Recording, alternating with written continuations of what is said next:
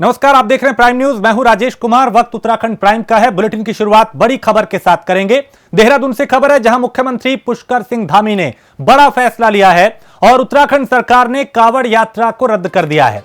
Corona के चलते कांवड़ यात्रा रद्द की गई है। इस वक्त की ये बड़ी खबर हम आपको बता रहे हैं, चूंकि तीसरी लहर की संभावना को देखते हुए जिस तरीके से उत्तराखंड में पर्यटक रुख कर रहे हैं, पहाड़ी क्षेत्रों का रुख कर रहे हैं, आने वाले दिनों में कांवड़ यात्रा है, लिहाजा सावधानियों को बरतते हुए किसी भी तरह की सरकार कोई भी लापरवाही नहीं करना चाहती और कांवड़ यात्रा को रद्द किया गया है। तो उत्तराखंड सरकार ने यह बड़ा फैसला लिया है और इसके पीछे हवाला यही दिया गया है कि कोरोना को लेकर सावधानी जरूरी है, सतर्कता जरूरी है, क्योंकि जरा सी लापरवाही एक बड़े और बुरे परिणाम में को दावत दे सकती है।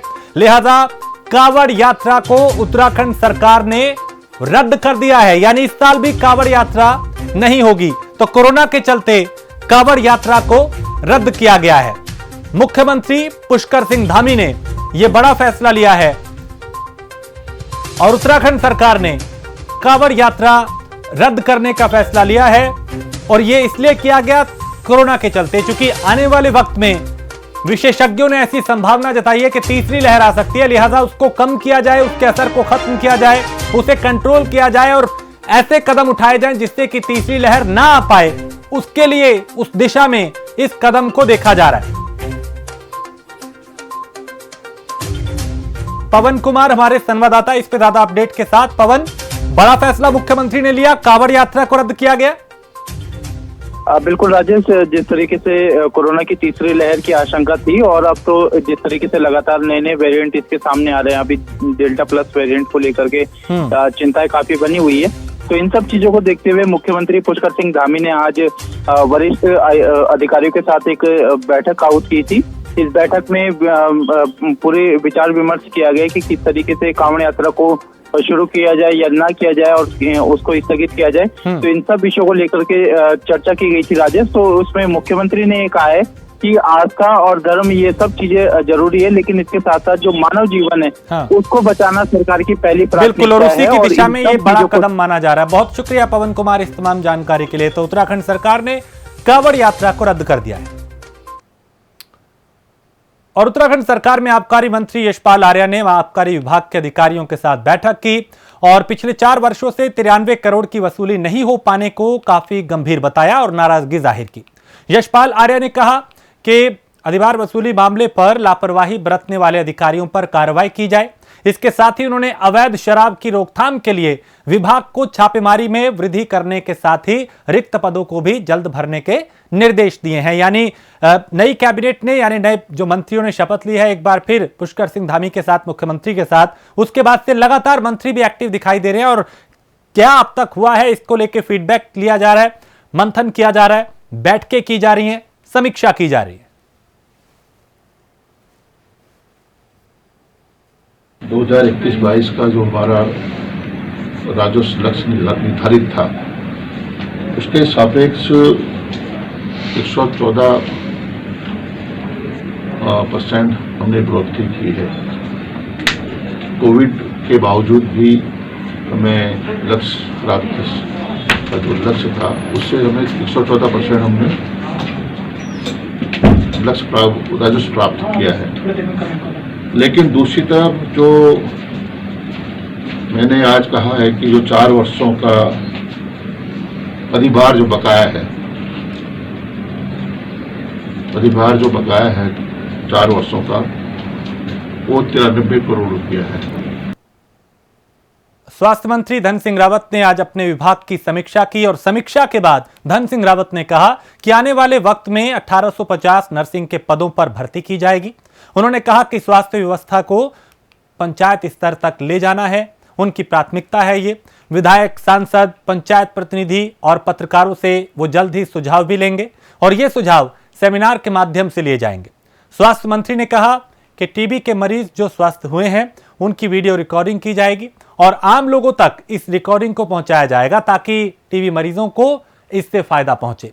यह भी उन्होंने बताया कि कोरोना की संभावित तीसरी लहर के लिए सरकार पूरी तरह तैयार है। ऑक्सीजन, अस्पताल, बेड की पूरी व्यवस्था की जा रही है और यह भी कहा कि लोगों से भी अपील है कि वो लापरवाही ना बरतें, 2 गज की दूरी और मास्क के जरूरी के नियम का पालन करें।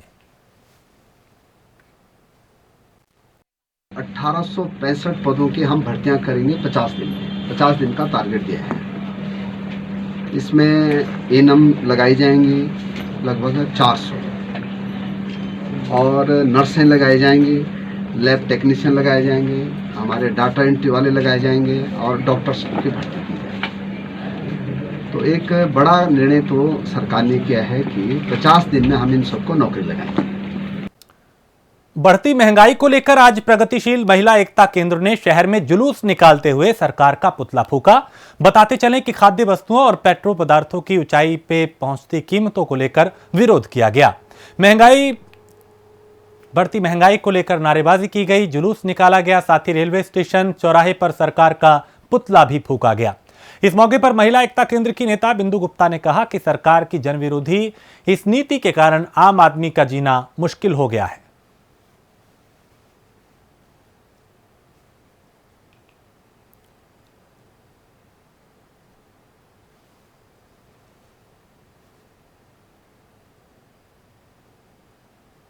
यही है कि जो बढ़ती हुई महंगाई है, खाद्य पदार्थों पे, तेल पे, डीजल पे, पेट्रोल पे, गैस पे, इन सारी मांगों को आधा किया जाए। जितनी भी दाम बढ़े हुए हैं उनको आधा किया जाए। और मोदी सरकार जो लगातार पूंजीपतियों के संग, हमारा यही नारा है, पूंजीपतियों से यारी, जनता से गद्दारी नहीं चलेगी। तो ये सीधी सीधी साफ दिखाता है कि अडानी अंबानी को जितना भी मुनाफा पहुँचाने की कवायद सरकार चला रही है वो लगातार उसमें सक्सेसफुल हो रही है। और जो जनता के बीच में जितने भी वादे किए हैं उसने, उसमें सब में फेल है। तो हमारा ये मानना है, इस महंगाई विरोधी जो मुहिम हमने चलाई है, इस मुहिम के द्वारा हम ये बात पहुंचाना चाहते हैं कि जितनी भी मेहनत का आवाम के जो रोज़मर्रा की ज़िंदगी जीने वाली जो चीज़ें हैं, मूलभूत जो चीज़ें हैं, उस पर लगातार बेतहाशा महंगाई बढ़ाने के पीछे जो सरकार का जो खेल है वो लगातार पूंजीपतियों को मुनाफा बढ़ाने की चीज़ों को तरफ ले जाता है। और लापता किशोरी की बरामदगी की मांग को लेकर पूर्व स्वास्थ्य मंत्री तिलक राज बेहड़ समर्थकों के साथ किच्चा कोतवाली के बाहर धरने पर बैठे। उन्होंने जल्द नाबालिग की बरामदगी न होने पर कोतवाली का घेराव कर प्रदर्शन की चेतावनी दी है। बता दें कि 17 जून को निकट गैस एजेंसी किच्चा निवासी कमल सिंह की नाबालिग बेटी अपने नाना के गांव गई थी। वहां से वो अचानक उसी रात गायब हो गई और अब पुलिस ने सूचना मिलने पर 18 जून को मुकदमा दर्ज कर लिया था। बेहड़ के धरने पर बैठने पर प्रभारी निरीक्षक चंद्रमोहन सिंह ने धरना स्थल पहुंचकर उनसे बात की, उन्हें आश्वासन दिया कि बच्ची को जल्द बरामद कर लिया जाएगा।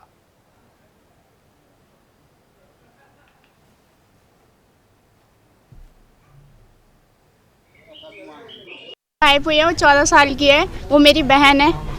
वो आनंदपुर से गायब हुई है अपनी नानी के घर से और 14-15 मतलब 25 दिन हो चुके हैं, अभी तक कोई भी इंफॉर्मेशन कहीं से कहीं तक नहीं मिली। हम बराबर आते रहते हैं थाने में, बस बोलते रहते हैं कि हाँ पता लगा रहे हैं, ट्रेस पे नंबर है, ट्रेस पे नंबर है, तो ऐसे करके कुछ भी पता नहीं लगा है अभी तक। एक लड़की है मीनू और वो आज 20-25 दिन से ज़्यादा दिन हो गए लापता है और पुलिस कुछ नहीं कर रही। FIR भी लिखी गई है, नाबालिग लड़की को ढूंढ नहीं पा रही है और बराबर पुलिस से कहा जा रहा है, पुलिस जानबूझकर उसमें जो है काम नहीं कर रही, लापरवाही कर रही है। तो आज उस लापरवाही के विरोध में सांकेतिक रूप से धरने पे बैठा हूँ और अगर अगले 4-5 दिन में लड़की बरामद नहीं की इन्होंने तो कोतवाली का घेराव किया जाएगा जमकर और सारी ताकत लगाई जाएगी और कोतवाली घेराव होगा और अगर कोई अप्रिय घटना होगी तो उसके लिए यहाँ का कोतवाल CO जिम्मेदार होंगे। हल्द्वानी पहुंचे राज्य अनुसूचित जाति आयोग के उपाध्यक्ष PC गोरखा ने सर्किट हाउस में बीजेपी अनुसूचित के पदाधिकारियों के साथ बैठक की। बैठक में पहुंचे सभी पदाधिकारियों ने अनुसूचित क्षेत्र में बढ़ते नशे के कारोबार पर अंकुश लगाने और बीजेपी कार्यकाल में अनुसूचित बहुल्य क्षेत्रों में विकास कार्य नहीं होने का आरोप लगाया, जिस पर उन्होंने लोगों को जल्द ही समस्या दूर करने का आश्वासन दिया। और इस मौके पर Republican party of India Athawale के प्रदेश अध्यक्ष यशपाल आर्य ने अनुसूचित बहुल्य क्षेत्रों के विभिन्न मांगों को लेकर ज्ञापन भी सौंपा।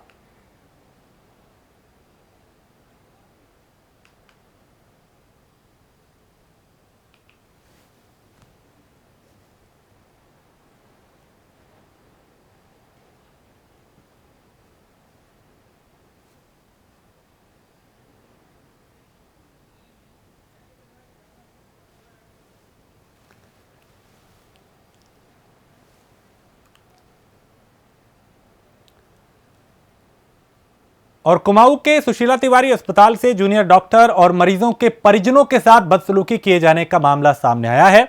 अस्पताल में जमकर हंगामा और मारपीट भी हुई, जिसके बाद पुलिस ने घटना की जांच शुरू कर दी है।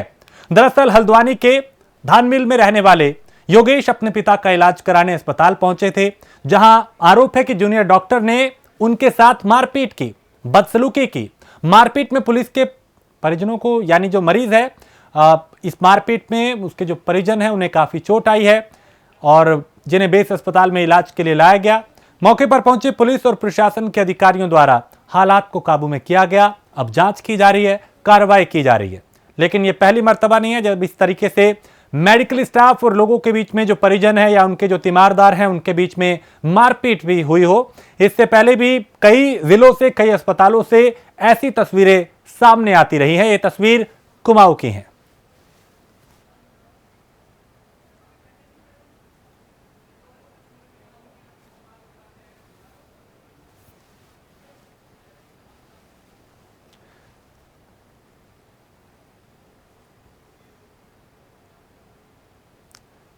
तो मारपीट की तस्वीरें कैमरे में भी कैद हुई, जहां पे एक दूसरे के साथ हाथापाई की जा रही है, लात घूंसे चल रहे हैं।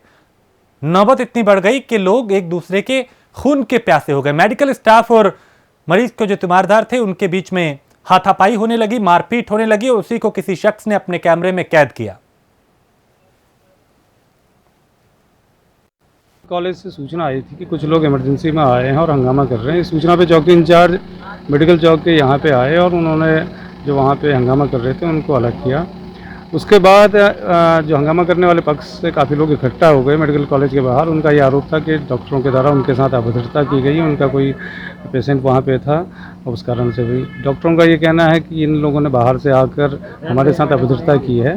दोनों लोगों की जो बातें सुनी गई हैं और उनको उनसे तहरीर ली जा रही है। इसमें जांच की जाएगी। यहाँ पे सीसीटीवी मौजूद हैं इस इमरजेंसी रूम में, उनके बैकअप में चेक किए जा रहे हैं और जिसके द्वारा गलती की गई होगी उसके खिलाफ कार्रवाई की जाएगी। वन मंत्री हरक सिंह रावत के पूर्व प्रेस सचिव सुधीर बहुगुणा ने कैबिनेट मंत्री हरक सिंह रावत के खिलाफ मोर्चा खोल दिया है। काफी लंबे समय से सुधीर बहुगुणा सोशल मीडिया के माध्यम से मंत्री से अपने भुगतान की मांग करते आ रहे हैं, लेकिन मंत्री द्वारा पीड़ित कार्यकर्ता का भुगतान नहीं किया गया और जिस कारण आज मजबूरन वन मंत्री के पूर्व प्रेस सचिव सुधीर बहुगुणा ने अपने भुगतान की मांग को लेकर कोटद्वार में बीजेपी कैंप कार्यालय, महिला उत्थान और बाल कल्याण संस्था के ऑफिस एवं वन मंत्री के आवास में सांकेतिक धरना दिया। उन्होंने मांग की है कि मंत्री ने उनका विगत 4.5 साल का हिसाब नहीं किया है और इसको किया जाए।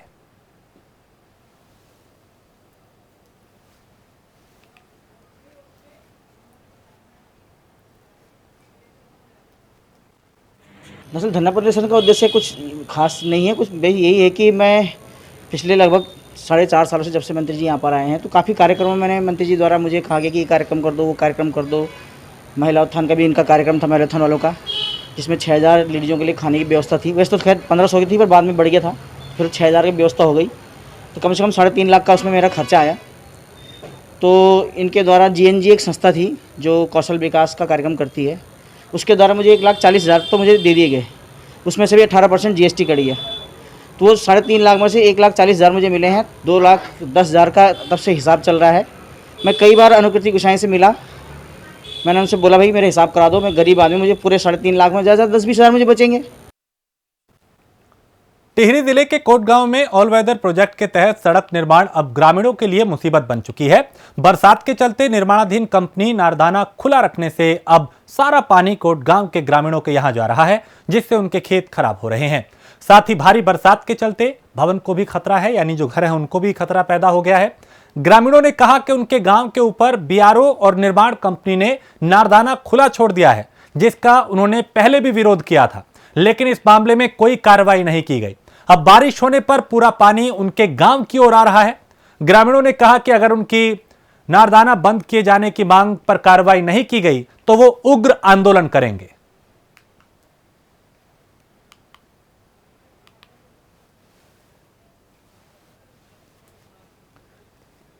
तो ऑल वेदर प्रोजेक्ट का जो निर्माण है वो ग्रामीणों के लिए परेशानी बन चुकी है और यह परेशानी कंपनी की लापरवाही है।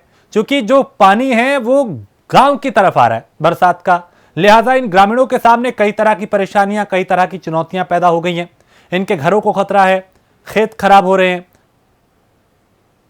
लिहाजा इसको लेकर इन्होंने पहले भी कहा कि हमने शिकायत की है, लेकिन कहीं कोई सुनवाई नहीं हुई। और अब उन्होंने चेतावनी दी है कि अगर सुनवाई नहीं हुई तो फिर उग्र आंदोलन किया जाएगा।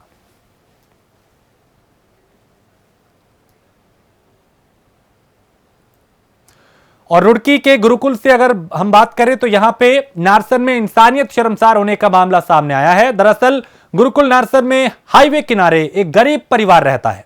परिवार के गर्भवती महिला ने सड़क पर ही एक बच्ची को जन्म दिया। परिवार के मुखिया ने बताया कि उनकी पत्नी गर्भवती थी, डिलीवरी होनी थी। महज अस्पताल से 100 कदम की दूरी पर ही महिला ने बच्ची को जन्म दिया।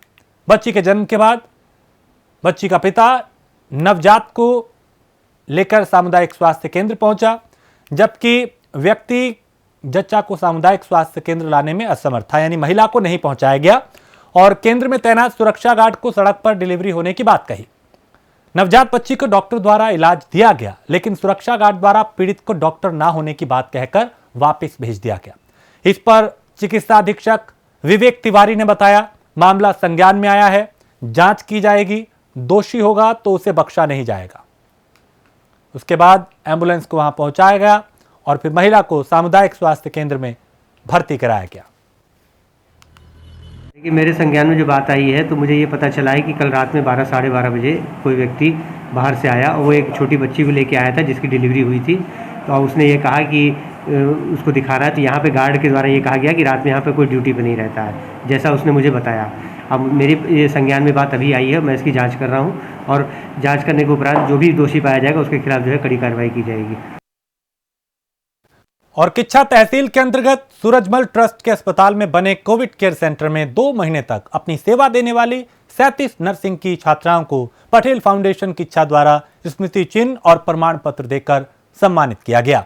इस दौरान कार्यक्रम को संबोधित करते हुए कार्यक्रम की मुख्य अतिथि बाल कल्याण समिति उधम सिंह नगर के अध्यक्ष मोदिनी रस्तोगी और पटेल फाउंडेशन के अध्यक्ष डॉक्टर भूपेंद्र गंगवार ने संयुक्त रूप से कहा कि कोविड-19 की दूसरी लहर के दौरान अपनी जान को जोखिम में डालकर निस्वार्थ भाव से सेवा करने वाली छात्राओं को सम्मानित कर उनका हौसला अफजाई की गई है, ताकि आगे भी अगर इस तरह की कोई चुनौती आती है तो छात्राएं तन मन धन से सेवा भाव से इस मुहिम में जुटे।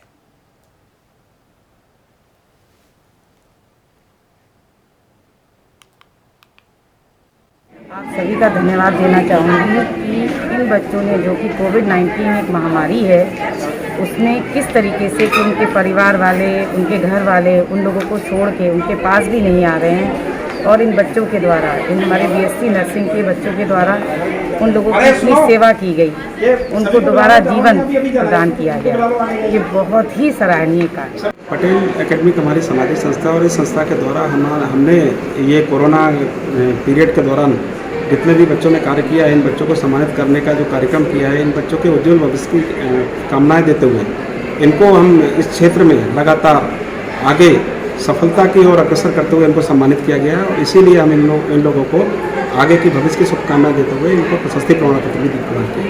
हमारा बहुत उत्साहवर्धन हुआ। हमने यहाँ पे 2 महीने से ज़्यादा यहाँ पे ड्यूटीज़ दी हैं। सभी ने रात दिन सुबह सभी ने शिफ्टिंग की है और इससे हमारा ये उत्साहवर्धन हुआ कि हम आगे अपने वर्क के लिए सेक्रीफाइस रहेंगे और इससे हमारा बहुत ज़्यादा उत्साहवर्धन हुआ और इससे पाके हमें बहुत खुशी हुई। Thank you. टिहरी में प्रदेश प्रधान संगठन उत्तराखंड के आह्वान पर सभी ब्लॉक के ग्राम प्रधान नारेबाजी करते हुए विकास भवन पहुंचे, तालेबंदी की। सैकड़ों की संख्या में पहुंचे ग्राम प्रधान संगठन के विभिन्न वक्ताओं ने प्रधान संगठन की मांगों पर चर्चा की। साथ ही मनरेगा श्रमिकों के प्रति जॉब कार्ड श्रमिक दिवस 100 से 200 करने की मांग, सरकार 2 से 3 दिन में इन मांगों को पूरा नहीं करने पर उन्होंने तालेबंदी और उग्र आंदोलन की चेतावनी दी है।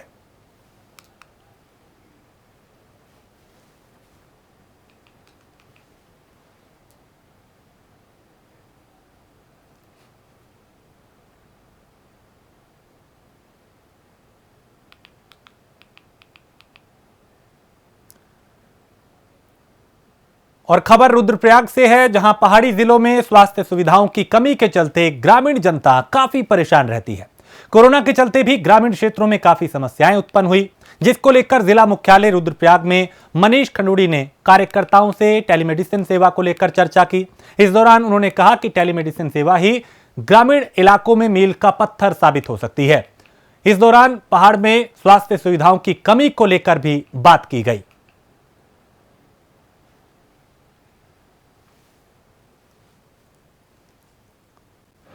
टेलीमेडिसिन सर्विसेज जो है प्रथा है वो हमने कोशिश कर रहे हैं कि किस तरह से फ़ोन के माध्यम से जो पेशेंट है, गांव में जो पेशेंट है, जो बुजुर्ग है, गर्भवती महिला है, बच्चे हैं, कोई भी हो, वो उनको अभाव है अभी चिकित्सा का, सोशल का, मेडिकल सर्विसेज है, तो ये कमी दूर करने के प्रयास में हमने टेलीमेडिसिन सर्विसेज शुरू की है। डोंगोली टेलीमेडिसिन सर्विसेज शुरू की है, जो कंपनी है। मेरी जो संस्था है जय दुर्गा सामाजिक कल्याण संस्थान, इनको इंट्रोड्यूस कर रही है। ये जो सर्विसेज हम प्रोवाइड कर रहे हैं, इसमें आप टेलीफोन के माध्यम से सबसे पहले तो आप फ़ोन कॉल से डॉक्टर से संपर्क करते हैं। ये बेस्ट स्पेशलिस्ट डॉक्टर्स होंगे जो ऑल ओवर इंडिया होंगे और ज़्यादातर बैंगलोर में होंगे और ये स्पेशलिस्ट भी होंगे। दूसरा, ऐप का जो लॉन्च करेंगे और बाद में करेंगे, और ऐप के माध्यम से जो स्मार्टफोन है वीडियो कॉल भी कर सकते हैं। ये हमारा प्रयास है। देखिए कि इसमें किस तरह से जो डॉक्टर का अभाव है, किस तरह से जो लोगों की जो कमियां हैं वो अभाव की पूर्ति करें, उन कमियों को हम सोशली और मेडिकल तरीके से उसको पूरा करने की कोशिश करें, उनको मिटाने की कोशिश करें। तो एक नंबर है हमारा, टेलीफोन नंबर है, उसमें मोटा मोटा जो पेशेंट है, जो बीमार है, वो फ़ोन कॉल करेगा तो डॉक्टर से कंसल्टेशन कर सकता है फ़ोन पर। सर क्या फीडबैक आया इसका अभी तक कुछ ऐसा? देखिए अभी हमने करीब 6-7 दिन पहले लॉन्च हुई थी, तो अभी फीडबैक जो है वो धीरे धीरे करके जो प्रेस के माध्यम से, आपके माध्यम से हम फ़ोन नंबर भी पॉपुलराइज करेंगे। उत्तरकाशी के गंगोत्री और यमुनोत्री धाम समेत निचले इलाकों में बारिश का सिलसिला लगातार जारी है और बारिश से गंगा, यमुना और टोंस नदी का जलस्तर बढ़ गया है। ऊपरी इलाकों में बारिश होने से तापमान में गिरावट आ गई है। साथ ही भारी बारिश से लोगों को जल भराव की समस्या का भी सामना करना पड़ रहा है।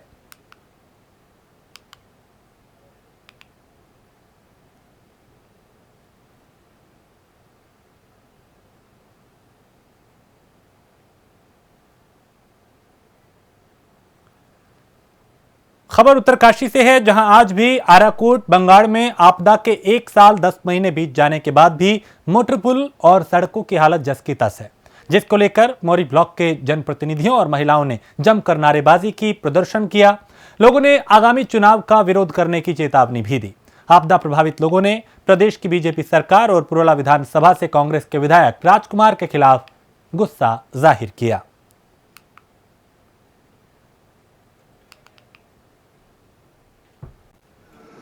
सामाजिक कार्यकर्ता हूँ आराकोट बंगाल से। ये 18 अगस्त 2019 को हमारे क्षेत्र में भीषण आपदा आई थी, जिसको लगभग 2 साल पूरे होने वाले हैं, पर हमें बड़े श्रम के साथ कहना पड़ रहा है। शासन प्रशासन विभागों द्वारा आज तक ना तो रोडों की स्थिति सुधारी गई और ना ही मोटर पुलों की, झूला पुलों की, पैदल पुलों की। और शिक्षा की बात करें हम लोग, तो हमारे एक इंटर कॉलेज टिकोची का भवन पूरा बह गया था और हाई स्कूल का भवन बह गया था, जिसमें आज तक विभाग द्वारा कोई कार्रवाई नहीं की गई। और ऐसे स्वास्थ्य विभाग की बात है, स्वास्थ्य विभाग टिकोची एलोपैथिक भवन का पूरा बह गया था, उसमें विभाग द्वारा आज तक कोई कार्रवाई नहीं की गई। और जैसे क्षेत्र में भूमिहीन लोग हो गए थे, किसान हो गए, सरकार ने उन भूमिहीनों के लिए आज तक कोई गंभीरता से कुछ सोचा नहीं है। इस संबंध में जब आपदा आई थी उस वक्त भी हमारे यहाँ सेब का सीजन चल रहा था, जिसका हवाई सर्वेक्षण स्वयं मुख्यमंत्री जी करके गए। जिलाधिकारी महोदय 28 दिन यहाँ आराकोट कैंप लगा के रहे, सभी शासन प्रशासन के अधिकारी रहे, समय रहते मूल सुविधा बहाल कर दी गई थी। लेकिन उसके बाद 2 वर्ष का समय हो चुका है, कोई भी सड़कों में, पुलों में कोई भी कार्य नहीं किया गया है, जिसकी वजह से इस क्षेत्र की बागवानी पर बहुत असर पड़ रहा है। आने वाले समय 1 माह के बाद, 15 दिन के बाद फिर इस क्षेत्र में सेब की फसल का सीजन शुरू हो रहा है और यहाँ की आय के स्रोत मात्र सेब की फसल है। और सेब की फसल को नुकसान को देखते हुए हम लोगों ने माननीय मुख्यमंत्री जी से आग्रह किया था कि इस क्षेत्र में केसीसी ऋण को माफ किया जाए या उसके एवज में कोई सहायता दी जाए। हमारे अपने प्रतिनिधियों का ये है कि जब हमारी 2019 में आपदा आई तो ऐसे तो हमारे यहाँ प्रतिनिधि कभी नहीं, एक बारी जो बन जाता है बोर्ड लेके कभी द्वारी शक्ल भी नहीं दिखाता अपनी। और फिर जब अब उन आपदा आई तो तब तो कम से कम चलो इतनी बड़ी आपदा है हमारे ऊपर, तब तो कम से कम अपनी शक्ल दिखाते, काम ना करते तो कम से कम शक्ल दिखाते। हमें उस पर भी बड़ा गर्व होता है कि चलो हमारे प्रतिनिधि हमारे भी, हमारा हौसला बहुत ज्यादा बढ़ जाता है। और मसूरी में यमुनोत्री राष्ट्रीय राजमार्ग के पास भारी भूस्खलन होने से रास्ता बंद हो गया, जिसके चलते सड़क की दोनों तरफ वाहनों की लंबी कतार लग गई। राजमार्ग के अधिकारी जेसीबी के माध्यम से रास्ते पर आए मलबे को हटाने की कोशिश कर रहे हैं। इलाके में लगातार हो रही बारिश से सड़क पर आए मलबे को हटाने में काफी परेशानियों का सामना करना पड़ रहा है।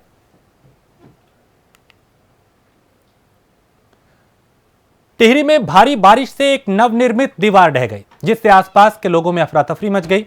गनीमत ये रही कि कुछ देर बाद ही बारिश रुक गई, वरना कई मकान खतरे की जद में आ सकते थे। दरअसल नगर क्षेत्र चंबा में सड़क के नारदाने और नालियां बंद होने और बरसाती पानी की निकासी के सही इंतजाम ना होने के चलते हादसे हो रहे हैं।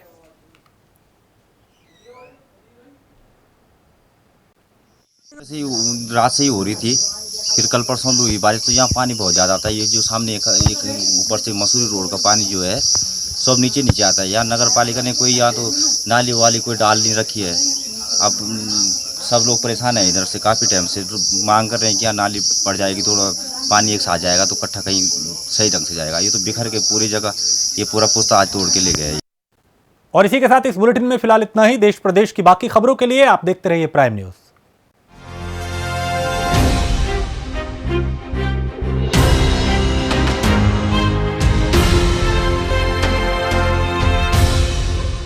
ये है प्राइम न्यूज, क्योंकि सच जरूरी है। ये कहानी है निखिल की। डीएस